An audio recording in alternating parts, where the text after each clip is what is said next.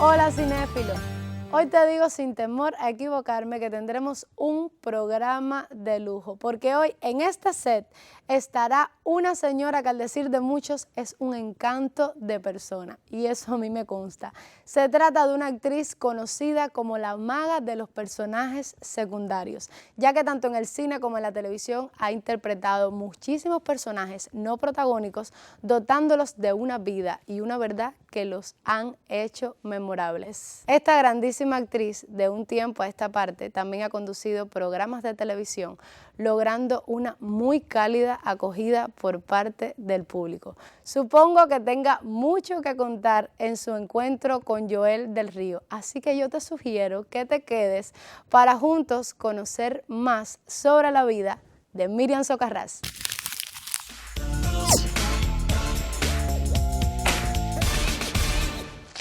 Buenísimas noches. Es noche, y repito la palabra, porque es noche de gala, noche de lujo y noche de esperanza en Te Invito al Cine. De esperanza porque nuestra invitada viene de verde, es Tauro, y además todos necesitamos muchísimo la esperanza, el verde y la gracia infinita de Miriam Socarrás. Ay, qué linda presentación. Bienvenida siempre. Nos hemos demorado mucho en traerte este programa, Miriam, bueno, por razones inexplicables. No sé, no las hay, no hay ninguna razón. El caso es que estás aquí con nosotros, así que no perdamos tiempo en excusas y en asuntos de lo que fue y no fue y lo que pudo ser y no fue. Miriam, ¿por dónde empezamos a hablar sobre tu larguísima presencia en la cultura de Cuba? A ver, ¿te parece bien comenzar por la época de la animación o tus primeros papeles en el cine? Comencemos por donde tú quieras, pero empieza por contarnos cómo tú llegaste a figurar ante una cámara por primera vez. Que era algo que yo anhelaba, porque para ¿Ah, mí sí? el cine, este programa para mí es uno de mis preferidos, ¿no? Para mí el cine está Honor que nos haces. dentro de mi vida. Pues ayer de forma casual me estaban arreglando el celular que tenía muchos líos y encontré algo que me dio mucha ilusión. Yo bailando en carnaval, el primer carnaval socialista es el primer carnaval con una torre de petróleo en la cabeza, porque yo era oficinista del Instituto Cubano del Petróleo.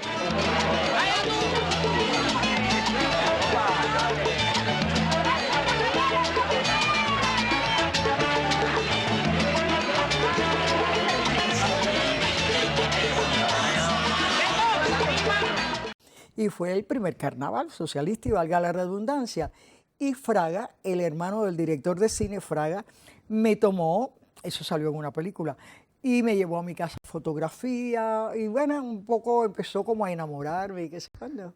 Para que tú hicieras un papel en alguna cosa. No, después me llamaron para una película que hizo Maida Limonta, e hice algo con Weinberg Bros, un fuertón así, y escogieron a Maida. Y después hice una cosita que no tenía ni una palabra, son papeles de Fausto Canel. Pero yo Eso estaba era como feliz. alrededor del año 66 por allá. No, son ¿No? los 60. Los 60, sí. Ah. Los 60 temprano, sí, más o menos. sí. Y yo estoy al lado de René de la Cruz, en una sala de juego en el Capri. Pero salí en el periódico que era al lado de René, para en mí una fue foto algo... casualmente saliste. Eso me y hizo desde muy entonces, feliz. ¿cómo te fue con esto de los papeles secundarios y las apariciones breves? ¿Eso significó para ti resignación, frustración? ¿Asumías que tomar lo que la vida te daba o cómo ha sido en tu vida? Chico, es que Después ha pasado el tiempo, a ver. Es que no me he dado cuenta. De repente estaba yo con una película bueno, una película que hicimos, que no me acuerdo el nombre, con Paula Lee, con Susana Pérez. Estabas tú, Joel, estabas tú en Santa Clara. En Santa Clara, Y yo- ahí yo conocí a Paula y a ti, a las dos. Y ahí te conocí. En unos diálogos memorables que Y tú todos eras son flaquito. irrepetibles en televisión. Así que no lo intentes. No lo voy a repetir. Y un chico de Corimacao, Ajá. Jordi, yo le dije que se pusiera Jordi, se llama Jordani, no sé qué diablo. Yo, no, Jordi Tú le mejor. dijiste un nombre Y Jordi fue el artístico. del invento de la emperatriz de los papeles secundarios. Él fue el que creó eso, me dio El que tanta creó ese gracia. nombre. Y desde ahí, o sea, yo no tenía conciencia que eran papeles secundarios, nada, son Tú hacías papeles, lo que son- te tocaba, papeles. Claro. así, como lo hacen las grandes actrices. Bueno, y entonces tú también seguías en paralelo un papel como una carrera, quiero decir como animadora. Y sí, todo surgió a la vez. ¿En sí. qué? ¿En qué Yo hacías? empezaba yo estaba en el teatro musical, ¿no? Pero me llamaban de la Amadeo Roldán como presentadora y me encantaba hacerlo. Y estuve con el Gran Circo Soviético, que En fueron todos esos lugares como presentadora. como presentadora. Es decir, que esto que algunos te han descubierto ahora en la televisión, en algunos programas, Lo estoy tú lo haciendo. estás haciendo hace muchísimos Antes de años. ser madre, o sea, antes del 72, que fue cuando parí. ¿Qué encanto tiene para ti presentar un programa? Mira, me da mucho gusto. ¿O hasta qué punto te reta como artista? Bueno, ahora que soy una persona mayor, estoy más relajada, pero antes me ponía muy nerviosa. En la televisión hice un intento una vez y creo que no me quedó nada bien. Me ponía muy nerviosa. En el teatro no, en el teatro es diferente. En el Amadeo Roldán yo me sentía en la casa, ¿no? ¿Qué necesitas a la gente?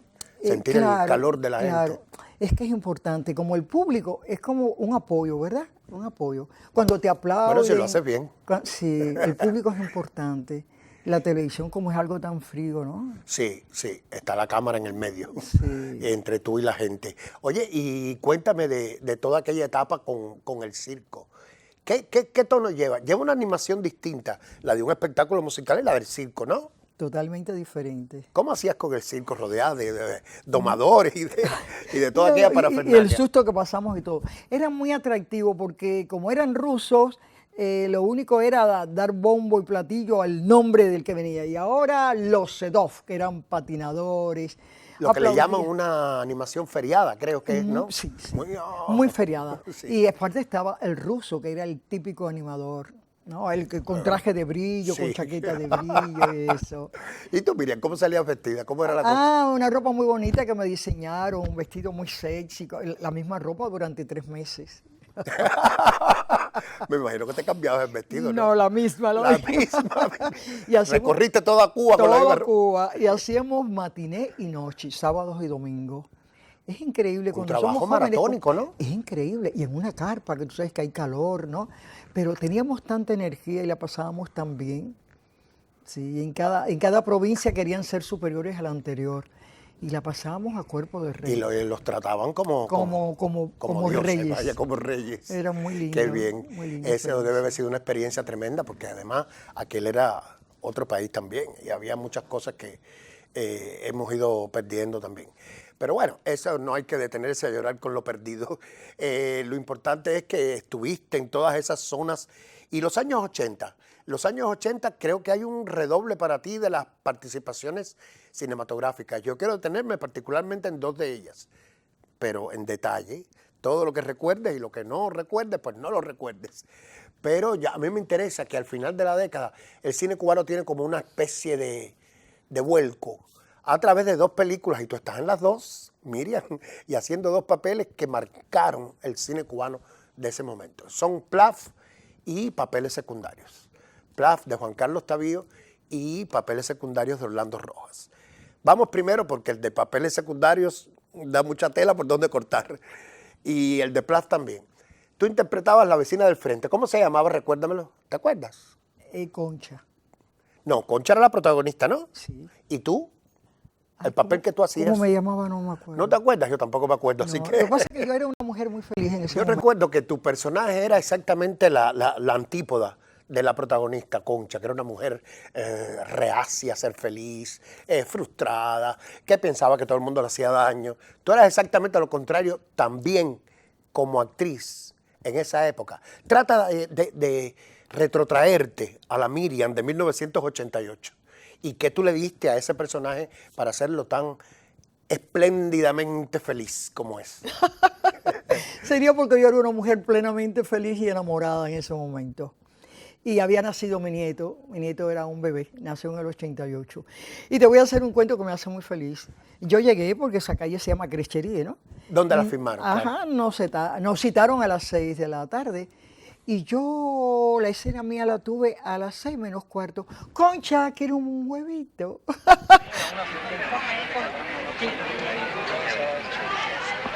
Concha, ¿quiere un huevito? A las 6 menos cuarto. A mí me gusta decir eso porque el público no valora lo que es hacer cine. Es algo que me gusta, pero que es muy agotador. Porque como yo soy del grupo de los divertidos, estábamos todo el tiempo haciendo cuentos y riéndonos. Claro. Y los que son tranquilos dormían hasta que le llamaban para la escena.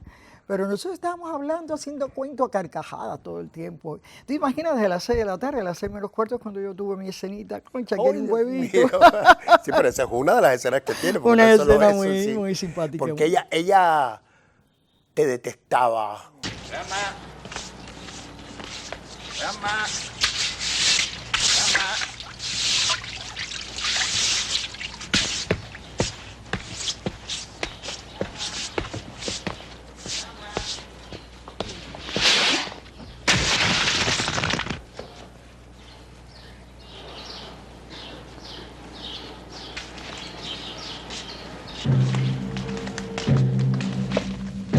¡Juana! Chica, ¿hasta cuándo? ¿Hasta cuándo yo te voy a tener que soportar esto, chica? ¿Sabes que ya no puedo más contigo, Concha? Tú me perdonas, ya yo no puedo más contigo. ¿Pero qué no puedes más conmigo? Pero, Concha, pero me tú- puedes estar tirando los huevos que te dé la gana. Ya te lo dije, no van a servir de nada. Pero, Concha, tú no te das cuenta de que hay una gente que siempre estoy adelantito y que yo no pierdo el tiempo en eso.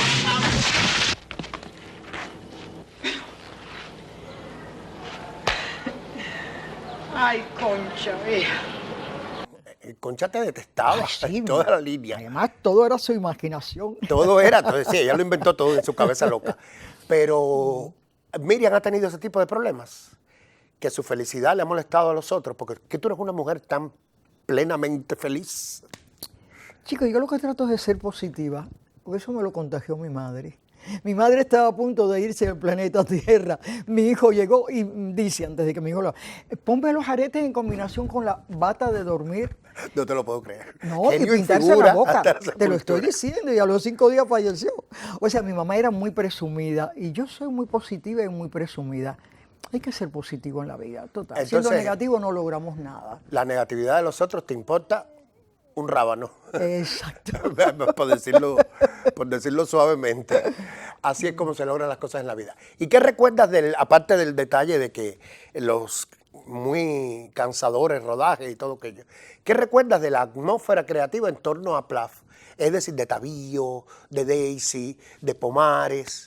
Mira, Pomar es un hombre muy simpático. Sí. Era un hombre Tuve el siempre privilegio estaba- de conocerlo. Siempre tenía un chiste para hacer. No lo parecía muy serio, Miriam, ¿verdad? Pero de no lo era. serio nada. Además, con esa cara muy seria, se hacía cuentos que te doblaban de la risa. De la te risa, doblaban. así mismo. Fulano salió corriendo y en eso venía el tren. Bueno, quizás había algo de fantasía, ¿no? Quizás. Seguro Pero que era inventaba muy la mitad de simpático, todo aquello. Muy simpático. Daisy es muy simpática. Siempre Daisy es la misma. Es de las personas que la ves a todo ahora, en cualquier momento, y es la misma. Y es la misma Pues Daisy. siempre relajada, simpática, nos conocemos de toda la vida. Era un ambiente muy rico, muy rico. Cuando yo digo eso no lo digo como un lamento, lo digo como para que la gente valore lo que es hacer cine, que es muy agotador, porque son 12 horas y quizás tu escena dura 3 minutos o 2 minutos, pero estás todo el tiempo ahí, estás en función de lo que vas a hacer, ¿no? ¿Y qué tú prefieres? ¿Que sea una sola toma o eres de ensayar mucho, ya que tu papel es corto o suele ser corto, vamos a decirlo? ¿Tú eres de ensayar mucho o de tirarlo de una vez y ya? Realmente la experiencia que tengo ha sido más bien en la marcha. Se ha improvisado siempre los personajes que he hecho, bastante de improvisación, bastante. ¿Y los directores lo aceptan? Eh, Tabillo, por ejemplo, aceptaba que tú improvisaras. Solamente uno te diría que no aceptaba ninguna sugerencia, Ian Padrón, ninguna. ni la más mínima. Me decía, no, bueno. Pero en Que general, era PlayStation, lo que hiciste con Jan, ¿no? PlayStation. PlayStation. Era la abuela La abuelita del muchachito, del sí. niño pobrecito. Del niño pobrecito. Sí, él Te no tocó. aceptaba ninguna, por lo menos mía, ninguna. Como que no le gustaban mis sugerencias. Bueno, hija. Ninguna. Pero en general, también las sugerencias que he hecho han sido pequeñitas, ¿no? Yo recuerdo esa misma escena, volviendo al tema de ahorita, cuando ella te acusaba ya directamente a ti por primera vez de ser, y decía, ay, concha, pero es que yo soy una mujer tan feliz. Yo no puedo tirarte huevos a ti porque no me interesa. Y era el momento en que les caía entonces un huevo. Delante de nosotros. Eso es una película extraordinaria. Plaf y es decir, subestimada. Hasta cierto punto subestimada en el ambiente de la crítica y tal, con la enorme gracia. Sí, algunos no consideran, porque se subestiman las comedias. ¿Qué piensas tú al respecto? Y sí, eso es cierto, estoy totalmente de acuerdo. Las comedias se subestiman. Daisy estaba de premio. Daisy estaba para que lo hubieran Lo más premiado grande de la vida. con esa película. Sí, y estaba realmente Porque hace el excelente. papel más negativo de la película y lo hace con una... Estaba con un sentido de verdad. Sí, con un sentido de verdad y de todo, como, bueno, Daisy sabe hacerlo. Y llegamos a papeles secundarios. Durante mucho tiempo, yo he visto la película muchas veces, me parece la película más importante de esa década. Y lo primero que venía a mi mente, cuando yo se la recomendaba a la gente, era Miriam Socarrás en aquella azotea, cuando decía, es que éramos tan libres. Y para develarle a la gente algunas claves de tu personalidad, ese personaje estaba hasta cierto punto inspirado en ti misma también, porque es que yo sentía a Miriam, hablando de Miriam, ¿De una verdad? mujer que había sido actriz de teatro y que había participado con suma libertad, estoy tratando de medir las palabras, Miriam, con suma libertad había vivido su vida en los años 60, 70, todo eso, hasta llegar a los 80. Cuéntanos de la escena de la azotea, ¿cómo la recuerdas, su montaje y hasta qué y su realización, de hecho, de facto, allí, en aquel lugar? Y además de eso, si tiene algo que ver contigo, ese personaje también, como yo estoy fabulando. Claro que de forma inconsciente, no consciente, tiene muchos puntos de contacto conmigo, innegablemente, ¿no? Yo me sentía en ambiente, estaba con Paula, que es mi Con amiga Paula, de los tu amiga años, de que la toda la conocí en vida. el Teatro Martí. Me sentía muy relajada. Aparte, éramos un grupo de actrices que nos sentíamos muy bien entre nosotras, muy bien, ¿no? Todas Y- venían del teatro, Sí, era una claro. película sobre el teatro, Claro, estábamos como en casa. en su salsa. Y ese día de la filmación de la terracita, que era invierno. Ahora no hay invierno, pero en esa época había invierno un poco. Y entonces llegamos tempranito y yo tenía que quitarme la blusa, lo Sí, cual claro. me causaba mucha vergüenza, mucha pena. Y yo dije, el día anterior dije, yo quería un poquito de ron para relajarme así, un buchito de ron, y porque había frío y eso. Y no había ron, y estaba cerrada la bodega de la esquina para comprarme Ay, una Dios línea de mío. ron. Y yo tenía frío y tenía mucha pena. Y bueno, se hizo la escena. Con pena y todo. Con pena, con mucha pena. Y el día del estreno de la película, que fue en el Cine Yara, yo estaba arriba y mi hijo estaba abajo, porque como yo salía con las teteritas al aire, como él decía, estaba muy molesto, estaba muy irritado.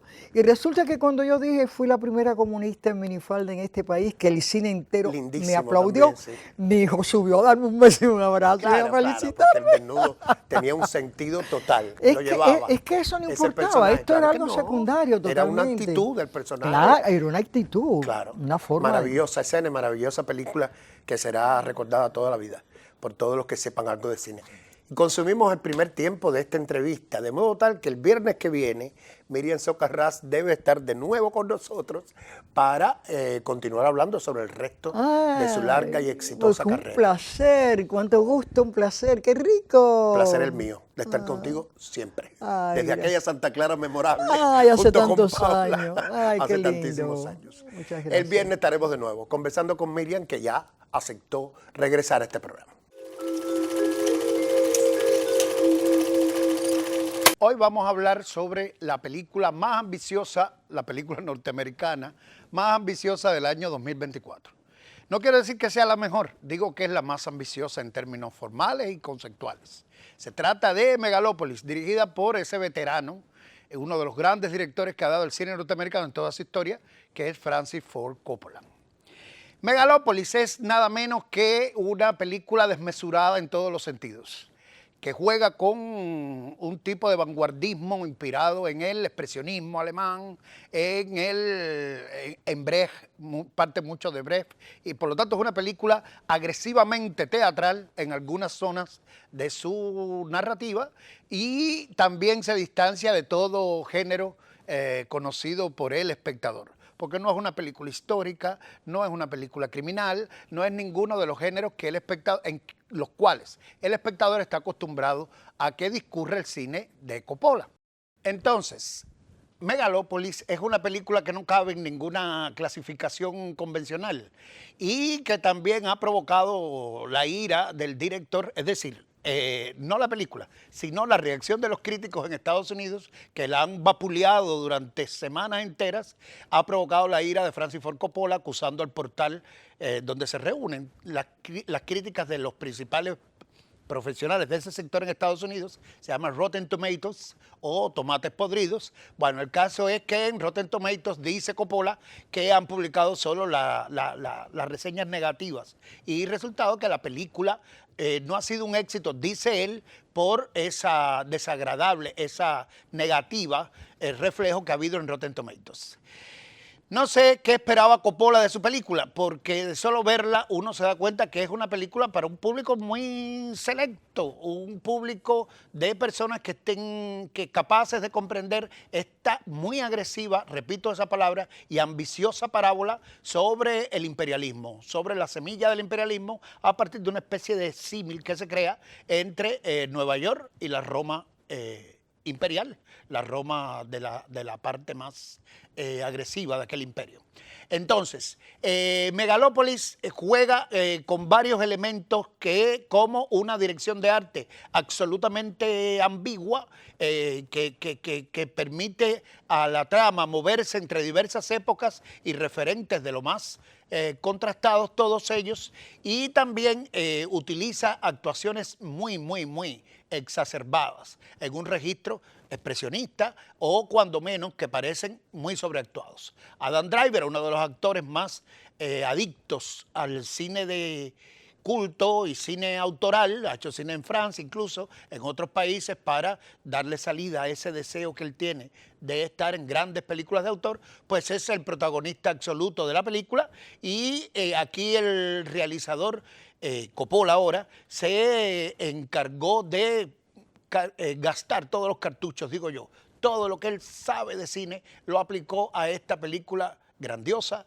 caótica, muy extraña y que no cabe en ninguna clasificación, como ya les decíamos. No está hecha para gustarle, por lo menos no a los espectadores que esperan narrativas convencionales y puestas en escena normales, como así se dice. Megalópolis es una película extraordinaria en todos los sentidos. Cuando muere un imperio, se derrumba en un terrible instante. No. Pero llega un momento en el que su pueblo ya no cree en él. Que el ahora no destruya el para siempre.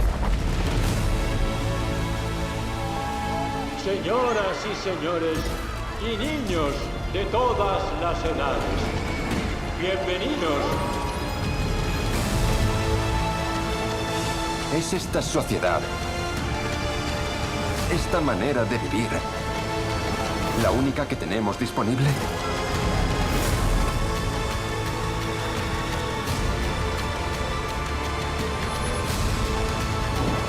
Vamos a recuperar nuestro país ahora. Y al formular estas preguntas, cuando se dialoga sobre ellas, eso básicamente es una utopía.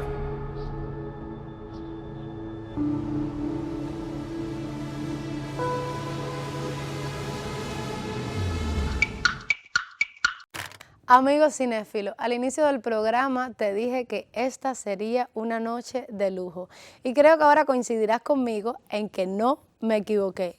Qué encanto de persona Míriam Socarrás, cuánta elegancia, cuánta dulzura. Yo realmente he disfrutado muchísimo esta entrevista y hoy se reafirma la alegría que tengo de formar parte de este maravilloso equipo que trabaja todas las semanas para que los viernes, después de finalizar el noticiero de la televisión, tú puedas sintonizar por el canal educativo esta media hora para cinéfilos desde la que yo te invito al cine.